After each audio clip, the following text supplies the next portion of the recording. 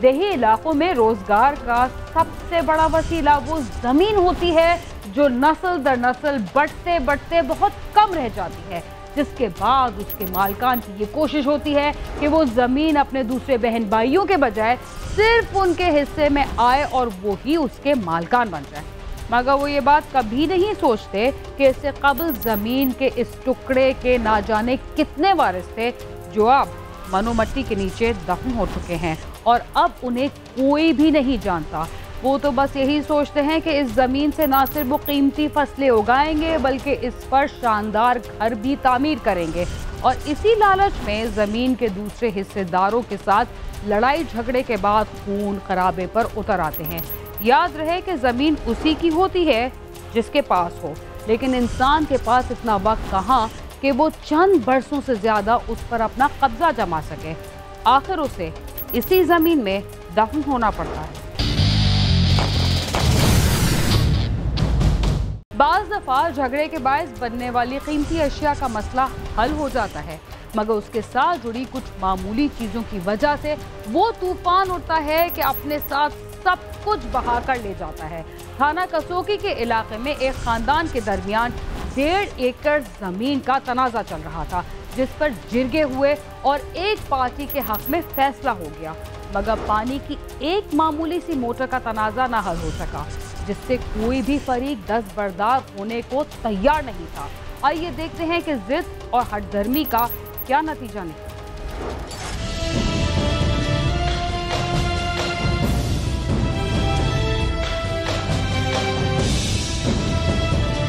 27 साला मोहम्मद सईद मलक बरादरी से ताल्लुक रखता था और गांव कसौकी का रहशी था। सईद 4 बहनों का इकलौता भाई था। सईद ही अपने घर की देखभाल करता था। 52 साला मोहम्मद अनवर सईद का रिश्तेदार है। ये कौम का मलिक था। तकरीबन इसकी एज थी 26 से 27 साल, जबकि मुल्जिम फरीक जो है ये इसका फर्स्ट कज़न था, जिसकी उम्र तकरीबन 52 ईयर्स थी और बाकी 2 मुल्ज़मान जो थे वो उसके बेटे थे। ये दोनों जो है दोनों मकतूल और मुल्ज़मान पार्टी ये ज़मींदारा का काम करते थे और बेसिकली ये क्लैश भी इनका ज़मीन के तनाज़े पर ही हुआ है। सईद और अनवर के खानदान जमींदारा करते हैं और उनके दरमियान एक अरसे से जमीन का तनाजा चल रहा था। 1 जुलाई को पुलिस को इत्तला मिली कि कसौकी गांव में एक शख्स को गोली मारकर कत्ल कर दिया गया है, जबकि एक शख्स जख्मी है, जिस पर पुलिस मौके पर पहुंच गई और शवाहिद जमा करके कार्रवाई का आगाज कर दिया। 1 जुलाई को पुलिस ने 15 की कॉल मौसूल की कि गांव कसौकी के इलाके में फायरिंग हो रही है। पुलिस जब मौके पे पहुंची तो वहां पे एक बंदे को फायर लगा हुआ था, जबकि एक बंदा फायर के साथ ज़ख्मी था। पुलिस ने फौरी तौर पर जो है ज़ख्मी को हॉस्पिटल शिफ्ट किया और एरिया को कॉर्डन ऑफ कर लिया गया। PFSA की टीम को फौरी तौर पर उधर रवाना किया गया, जिन्होंने उधर आके ज़रूरी शवायद इकट्ठे किए। जब पुलिस मौके पर पहुंची तो जो जय वकूआ था उसको फौरी तौर पर जो है वो कार्डन किया गया और गुजरांवाला से PFSA टीम को बुलवाया गया। उसके जो ब्लड सैंपल हैं वो लिए गए और जो ज़रूरी दूसरे शवायद हैं वो इकट्ठे किए गए ताकि तफ्तीश जो है ना वो मेरिट की बुनियाद पर की जाए।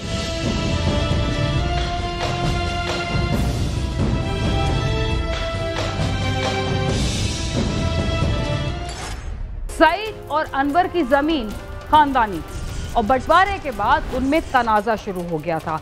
जमीन का फैसला तो हो गया, मगर उस पर लगी मोटर का तनाजा अपनी जगह बरकरार रहा।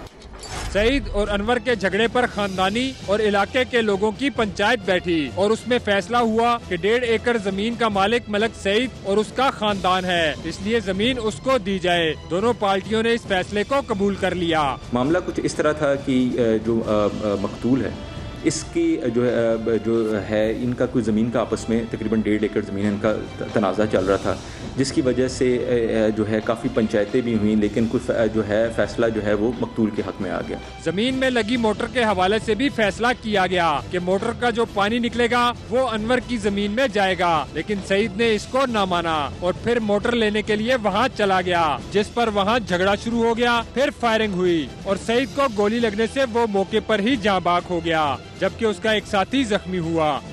मकतूल और मुल्ज़िम फरीक के दरमियान ज़मीन का कुछ मामला था। पंचायती तौर पे फैसला किया गया कि जो 1.5 एकड़ ज़मीन है वो मकतूल के हिस्से में है।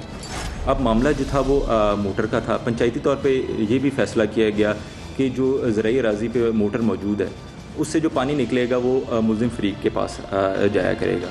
लेकिन मकतूल इस चीज़ पर अग्री नहीं था और मकतूल ने इसी का चीज़ की ग्रीवेंस में जब वो मुल्ज़िम फ़रीक के पास ले गया तो वहाँ पे इन लोगों का आपस में क्लैश हो गया और उस क्लैश के नतीजे में एक बंदा मर गया और जो मुल्ज़िम फ़रीक है उनका एक बंदा ज़ख्मी। पानी का इनका तनाज़ा है, इन्होंने ज़िद की है जाके कि हमने पानी लगाना है। उन्होंने कहा कि हमने ये मोटर हमारी है, हमने पानी लगाने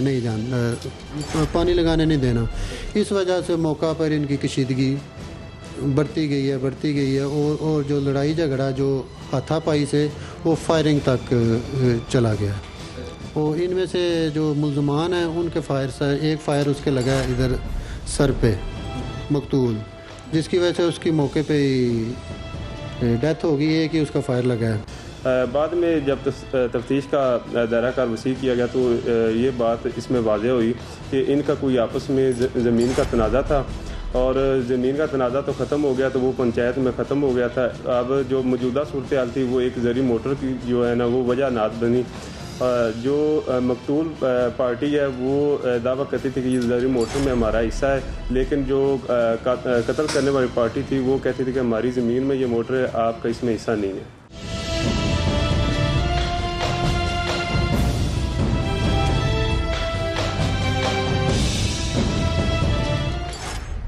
कत्ल के बाद मुल्ज़िमान मौके से फरार हो गए थे, लेकिन पुलिस ने अनवर और उसके बेटों के खिलाफ मुकदमा दर्ज करके उनके खिलाफ कार्रवाई का आगाज कर दिया।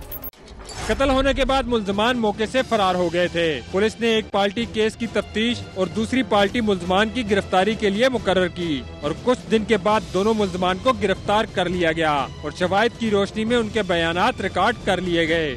जाए वक़ूआ से इम्पोर्टेंट एविडेंस लेने के बाद पुलिस ने बाकायदा अपनी तफ्तीश का आगाज़ किया। इस सिलसिले में पुलिस ने 2 रेडिंग टीमें तश्कील दी ताकि फ़ौरी तौर पर मुल्ज़मान को गिरफ़्तार किया जाए। मुख्तलिफ़ इलाकों में रेड किए गए जिसकी नतीजे में 2 मुल्ज़मान को फ़ौरी तौर पर गिरफ़्तार कर लिया गया।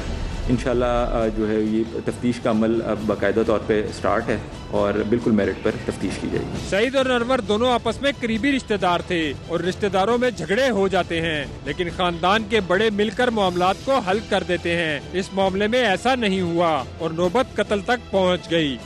इसमें ये कि कातिल और मकतूल बहुत करीबी रिश्तेदार थे।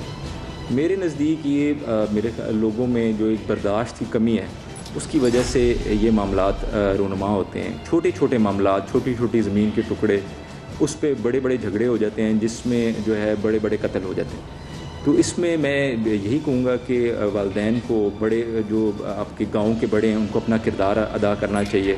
ऐसे मामलात में फ़ौरी तौर पर पुलिस के आने से पहले उनको इंटरवीन करना चाहिए ताकि इन चीज़ों को सुलह सफाई और अच्छे तरीके से हल किया जा सके। अगर लोग इस बात को समझ जाएं कि जिस चीज़ पर वो झगड़ा कर रहे हैं उस झगड़े में उनकी जान चली जाएगी या वो सारी उम्र के लिए जेल डाल दिए जाएंगे और उस चीज़ पर लोग काबिज हो जाएंगे तो शायद ऐसे वाक़यात पेश न आए। रिपोर्टर बिलाल अकबर और कैमरा टीम के साथ नईम जंजुआ, समा, हाफिजाबाद। जो अफराद बाहमी इख्तिलाफात को बातचीत के जरिए हल करने पर कायल नहीं होते, हमारे ख्याल में उनमें सूझबूझ की कमी के साथ सब्र व तहम्मुल की भी कमी होती है। इसीलिए जल्दबाजी में अच्छे और देरपा फैसले के बजाय वो ऐसा कदम उठाते हैं जो उन्हें फ़ायदे के बजाय नुकसान ही पहुंचाता है। प्रोग्राम क्राइम सीन में वक्त हुआ एक मुख्तसर से वक्फे का, जिसके बाद हम दोबारा आपके साथ होंगे। तब तक आप समा के साथ रहिए।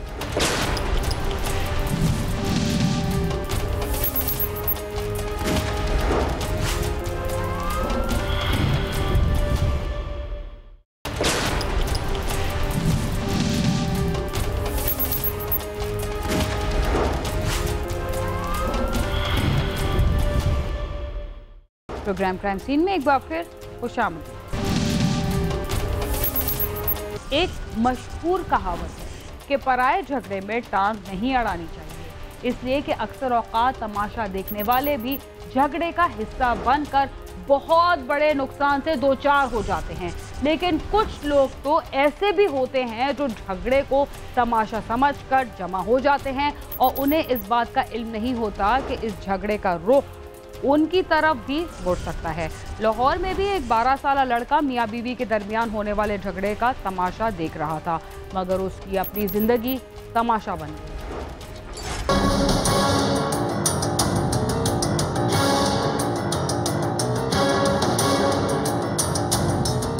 सादात कॉलोनी बदामीबाग का रहायशी नूर खान मेहनत मजदूरी करके अपने कुंबे का पेट पाल रहा था। एक शाम उसका 12 साला बेटा समीउल्लाह गली में से किसी के झगड़ने की आवाज सुनकर बाहर निकला तो देखा कि बाबर नामी मोहल्लेदार अपनी बीवी से झगड़ रहा था। मोहल्लेदार उनके घर के बाहर जमा थे। समीउल्लाह भी घर के दरवाजे के बाहर खड़ा होकर मियाँ बीवी की नोक-झोंक और गालम गलौज सुनने लगा। वाकया ये हुआ था कि मैं शाम में नमाज पढ़ने गया हुआ था। मैं नमाज पढ़ा, वापस आया घर, मेरा कोई पंखा ख़राब से, वो मैं मिस्त्री को ले गया, वापस आया घर। फिर मैं बैठ के रोटी खा रहा था, बच्चा मेरे साथ था, वो भी रोटी खा रहा था। ए नज़र रोला हो गया। जिधर रोला हो गया बच्चे ने मेरे को आवाज़ दिया कि पापा। मैं क्या जी, कहता है बाबर का बेगम भाग रहा है। मैं क्या बेटा वो रोज़ का खेल है, उसका परेशानी नहीं लेना। बच्चा था फिर तले गया, वो न था बुए दिला के ऐसा देखे जा रहा है कि अंदर क्या हो रहा है।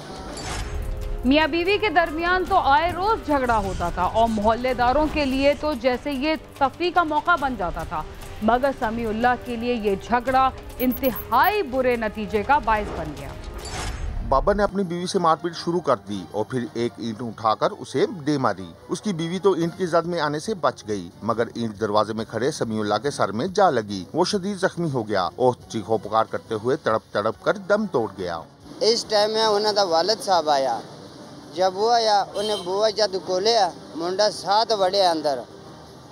जब मुंडा साथ वड़े मैं बैग गया, 2-4 बुरके और लाया तो उन्होंने ही मेरे को आवाज़ दिया। उन्होंने रोला शोला सब ख़त्म हो गया।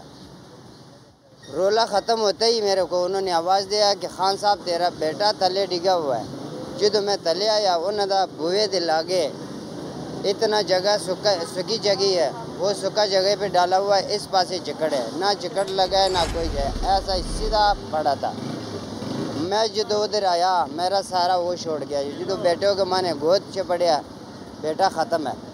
समीउल्लाह की हिलाकत पर बाबर वहां से फरार हो गया, जबकि इत्तला मिलते ही पुलिस मौके पर पहुंच गई। पुलिस ने लाश कब्जे में लेकर पोस्टमार्टम के लिए भिजवाकर मुकदमा दर्ज कर लिया।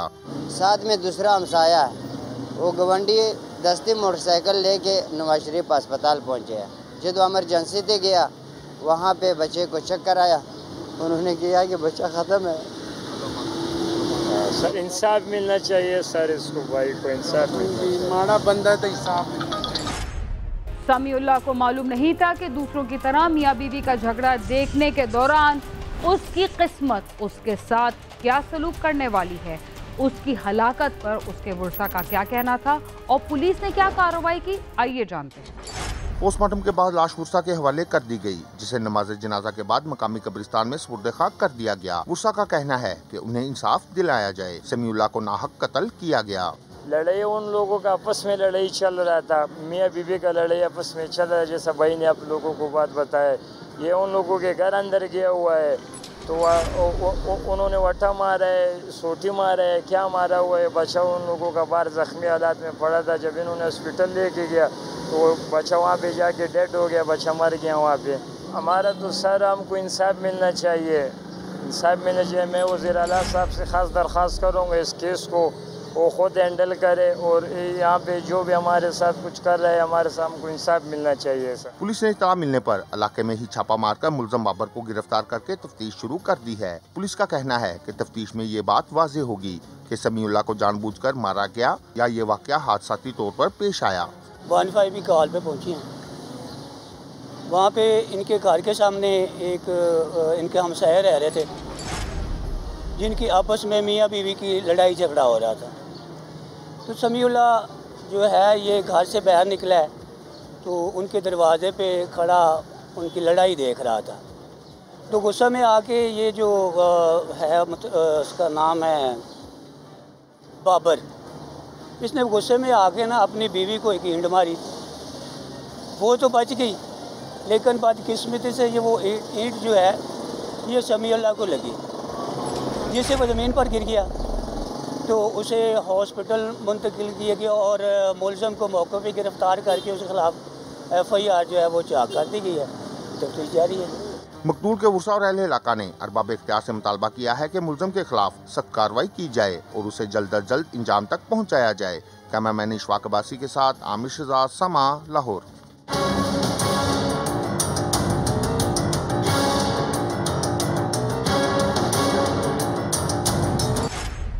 दूसरों के मामलात में दखल देना सबसे खतरनाक आदत होती है, मगर हमारे मुआशरे में जहाँ भी एक दो अफराद जमा हों, लोग ये सोचकर उनकी टो में लग जाते हैं कि यहाँ कोई अनहोनी बात होने वाली है या हो चुकी है।